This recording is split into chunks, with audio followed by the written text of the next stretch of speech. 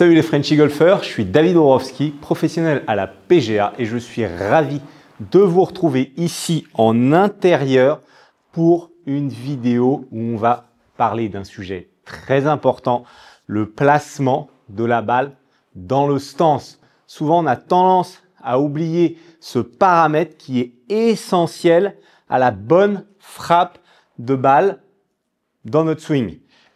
Souvent, on a tendance à finir par la placer un peu à gauche, un peu à droite. On ne sait pas exactement où on doit la placer et avec quel club. Et aujourd'hui, avec le TrackMan, je nous ai isolé quelques données ici à gauche. On va voir ce qui se passe quand on met la balle plus ou moins à gauche ou à droite dans le stance. Si vous faites des recherches sur Internet, déjà, ce que vous allez pouvoir avoir, c'est des schémas de placement de balle standard dans le stance. Je nous fais un petit récapitulatif pour commencer. Déjà, on va commencer en basique, je parle, du sandwich au fer 8. On place la balle au milieu des pieds. Donc, vous voyez le setup que j'ai mis ici avec une baguette d'alignement ici. Imaginons que je joue par là-bas. Et une au milieu, perpendiculaire à la baguette d'alignement. Ça va nous montrer le positionnement de la balle dans notre stance. Donc ici, regardez. Là, je vois directement. Donc, du sandwich au fer 8, on place la balle au milieu des pieds. Ça, comme ça, c'est fait. Vous pouvez vraiment vous le noter. Vous répétez du sandwich au fer 8. On met la balle au milieu des pieds en standard. Par la suite, quand on va commencer à monter en club, on va partir du principe que du fer 7 au fer 5, et aussi les hybrides, on va placer la balle entre le centre et le talon gauche ici, à cet endroit-là, en standard, d'accord? Ici, la balle est bien placée.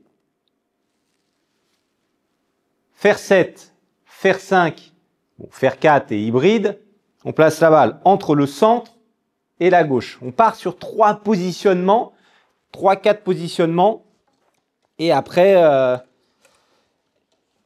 on modifie en fonction. Ici, bois 3. Ce que je vous conseille avec le bois 3, bois 5, c'est d'aller placer la balle, une ou deux balles. Si vous êtes avec le bois 3, plutôt une balle, cette baguette à l'intérieur, et 2 balles avec le bois 5. D'accord? On va la placer légèrement plus à droite que le driver. Ici, on va avoir la position qu'on va rechercher, hop, avec le driver et le tee. Tac. Voilà. Intérieur, pied gauche. Ça, vous pouvez déjà vous entraîner de cette manière-là au practice. Ensuite, on peut modifier la balle dans le stance. Et c'est même très conseillé de le faire. Je vais placer les baguettes, moi ici de mon côté. Hop, hop. Et je vais vous montrer pourquoi est-ce qu'on va positionner cette balle différemment dans le stance. Là, je récupère mon fer 8 que je mets normalement en standard au milieu des pieds. Là, le coup que je viens de taper, juste avant, j'ai mis la balle au milieu des pieds en standard. Donc ici, on se retrouve, ce qu'on va pouvoir comparer, c'est les chiffres. On se retrouve avec une hauteur de balle à 36,9, un angle d'attaque à moins 2,8. Et voilà, déjà, ensuite, c'est surtout ces deux chiffres qui vont nous intéresser, l'angle d'attaque et la hauteur de balle. Là, je vais mettre une balle à droite dans le stance. Beaucoup plus à droite, positionnée à droite dans le stance. Dans quelle situation on va faire ça? Quand on est dans le rough, on va voir pourquoi. Parce que ça augmente l'angle d'attaque. Et quand on veut avoir une balle plus basse, par exemple, qu'on est dans le vent, qu'on veut faire un coup punché, puisque on va avoir une balle plus basse en hauteur. C'est parti. On met la balle plus à droite ici dans le stance.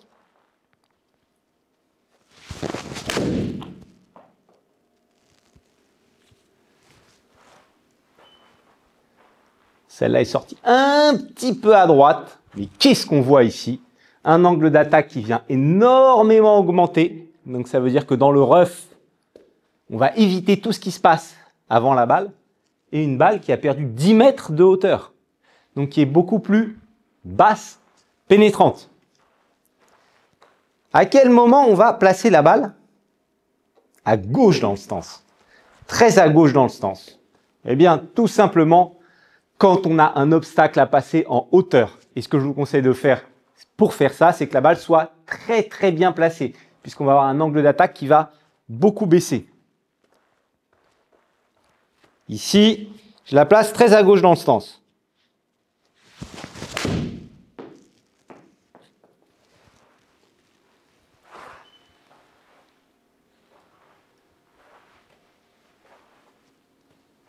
Alors, il ne nous a pas pris. Il ne nous a pas pris ici. Bon, par contre, ce qu'on voit, c'est qu'on perd quand même en distance. Ici, on a gagné 3 mètres de hauteur par rapport à tout à l'heure. C'est très difficile hein, d'aller vraiment chercher beaucoup plus de hauteur. Mais parfois, quand on n'a pas le choix, qu'on a un arbre à passer, ben, on est obligé de le faire.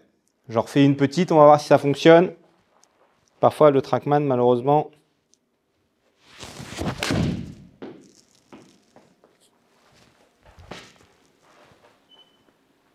Voilà. Ici, -1 d'angle d'attaque, ce qui commence à être un petit peu juste au niveau de l'angle d'attaque. Je perds quand même de la distance, hein, puisque la balle va monter beaucoup plus. Je la compresse beaucoup moins.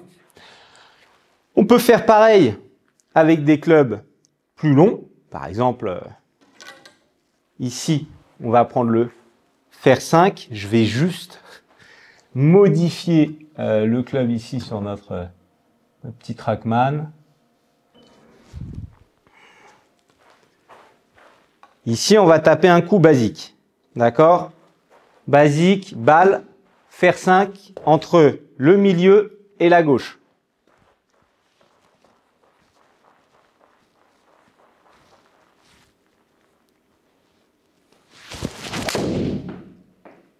Bon, ça va être peut-être un peu à droite. Ouais. Ça va être bien à droite. On va en refaire une. Hein.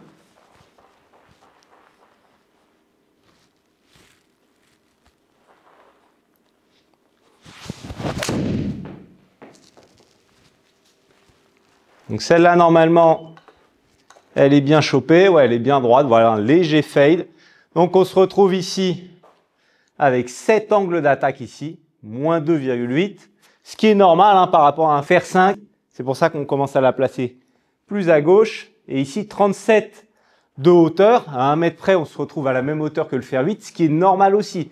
Sachez que tous nos clubs sont censés aller à la même hauteur maximum. C'est l'angle de décollage qui va être plus ou moins élevé. Et là, on va chercher à aller faire un fer 5, balle à droite dans le stance.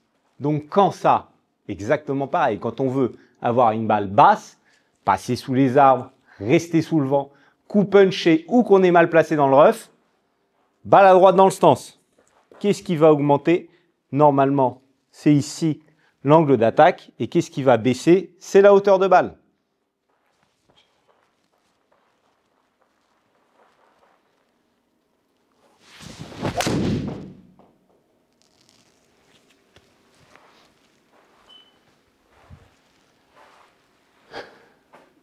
Moins 4 d'angle d'attaque, ce qu'on a vu, plus descendant. Et ici, on perd 8 mètres de hauteur. Donc, on va vraiment faire un coup punché. Waouh, celle-là a été très très forte. Hein.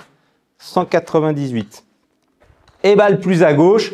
La même chose hein, quand elle est bien placée uniquement. Donc, soit sur un tee, soit quand elle est bien portée dans l'herbe. Ce coup-là, on peut l'utiliser encore une fois pour passer les arbres. Ou si par exemple, il y a du vent avec, on veut que notre balle soit bien portée, vent avec, plus on va la faire haute, plus elle va être influencée par ce vent. Ici à gauche,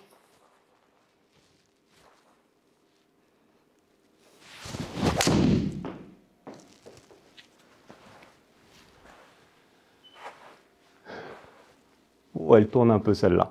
Eh oui, moins 1,4 et ici 44 mètres de hauteur. Donc celle-là, elle a vraiment pris en hauteur. Ce qu'on voit qui change aussi, c'est le club pass, le chemin de club. Alors pour ceux qui connaissent vraiment bien, une petite info que je peux vous donner en plus, c'est que plus on met la balle à droite dans le stance, plus vu qu'on a un arc qui tourne autour de nous, on va avoir tendance à avoir un chemin de club intérieur.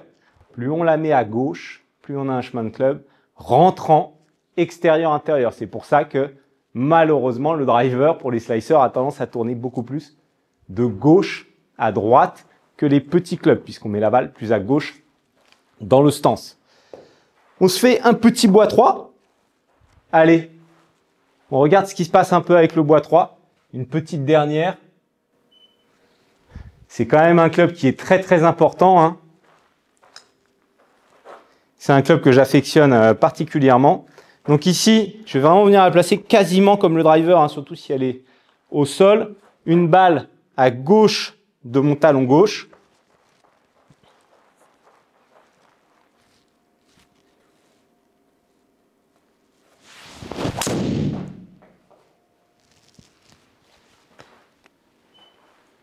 Oh, c'est sympa ça. C'est très très très très puissant, hein. Ah, ça n'a pas pris. Donc, on a encore 34 mètres de hauteur. Donc, c'est quasiment la même chose que tout à l'heure. On va voir qu'on va essayer d'en mettre une plus à droite dans le stance. Donc là, c'est possible, hein. C'est ce qu'on appelait à l'époque, ce que Tyler il a fait au début, un stinger au bois 3. C'est un bois 3, on va commencer à placer la balle vraiment en bas dans le stance et on a un angle de décollage très bas, une balle qui vole très très longtemps. C'est un coup que normalement j'arrivais à faire, mais ça fait un moment que je ne l'ai pas fait celui-là, le stinger au bois 3. Là, là.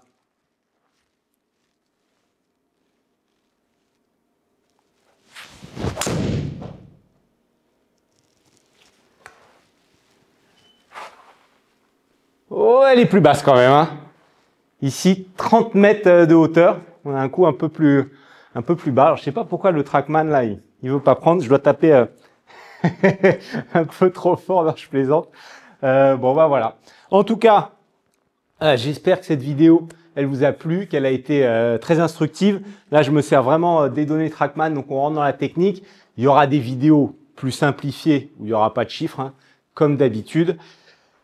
En tout cas, d'une manière générale, c'est très important déjà de varier la balle dans le stance pour savoir le faire, savoir faire différentes trajectoires et surtout avoir la balle bien placée quand on est en standard. La vidéo se termine. Merci de l'avoir visionnée. Si vous êtes intéressé par des cours, des cartes cadeaux, je fais maintenant des analyses de swing en ligne. Je vous mets le lien de mon site internet juste en dessous dans la description. N'hésitez pas à aller faire un petit tour.